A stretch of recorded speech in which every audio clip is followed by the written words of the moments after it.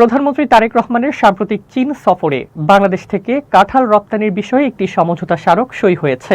বিশ্বজুড়ে বিভিন্ন পণ্য রপ্তানি করা চীন কেন বাংলাদেশ থেকে কাঁঠাল নিতে আগ্রহী সেটা নিয়ে নানা আলোচনা চলছে। তবে বাংলাদেশ থেকে কাঁঠাল আমদানিতে চীনের এই আগ্রহ অবশ্য নতুন নয়।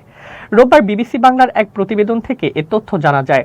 এর আগে গত বছরের মে মাসে চীন যখন বাংলাদেশ থেকে প্রথমবার কাঁচা আম আমদানি শুরু করে, তখনই তারা কাঁঠাল ও পেয়ারার মতো ফল আমদানির আগ্রহ দেখিয়েছিল। এ বিষয়ে প্রধানমন্ত্রীর কার্যালয়ের মুখপাত্র মাহদি আমিন জানান, প্রধানমন্ত্রীর এই সফরে বাণিজ্য ঘাটতি কমিয়ে আনার বিষয়টি গুরুত্ব পেয়েছে।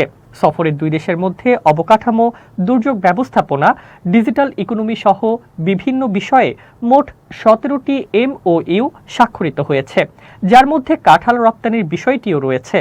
ফলে কাঁঠাল রপ্তানির প্রক্রিয়া আনুষ্ঠানিক অনুমোদনের পর্যায়ে পৌঁছালো বলে ধারণা করছেন সংশ্লিষ্টরা। কৃষি অর্থনীতিবিদ ও রপ্তানিকারকদের মতে, কৃষি নির্ভর দেশ হলেও বাংলাদেশ কৃষি পণ্য রপ্তানিতে খুব বেশি এগোতে পারেনি। চীনে কাঁঠাল বা কাঁঠালজাত পণ্য রপ্তানির সুযোগ তৈরি হলে তা দেশের কৃষি অর্থনীতিতে নতুন সম্ভাবনা তৈরি করবে। এটি অন্যান্য কৃষি পণ্যের জন্য নতুন বাজার তৈরিতে ইতিবাচক ভূমিকা রাখবে। তবে পণ্যের মান, প্রক্রিয়াজাতকরণ এবং প্যাকেজিংয়ের ক্ষেত্রে অভ্যন্তরীণ সক্ষমতা না থাকায় বেশ কিছু চ্যালেঞ্জও দেখছেন বিশেষজ্ঞরা। বিশ্বব্যাপী কাঁঠালের $100 কোটি বাজার রয়েছে। 2012 সালে বিশ্বব্যাপী কাঁঠাল রপ্তানি যেখানে $200 কোটি ছিল, 2023 সাল নাগাদ তা বেড়ে $370 কোটি পৌঁছেছে।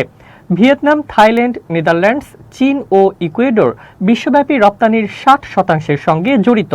শুধু ভিয়েতনামই বিশ্ববাজারের 25% দখল করে আছে। এদিকে চীন হলো কাঁঠালের সবচেয়ে বড় ভোক্তা বা আমদানিকারক। তারা তাদের চাহিদার বড় অংশ ভিয়েতনাম ও থাইল্যান্ড থেকে পূরণ করে। অন্যদিকে বাংলাদেশ কাঁঠাল উৎপাদনকারী প্রধান দেশগুলোর অন্যতম হলেও বৈশ্বিক বাজারে দেশের অংশগ্রহণের হার কম।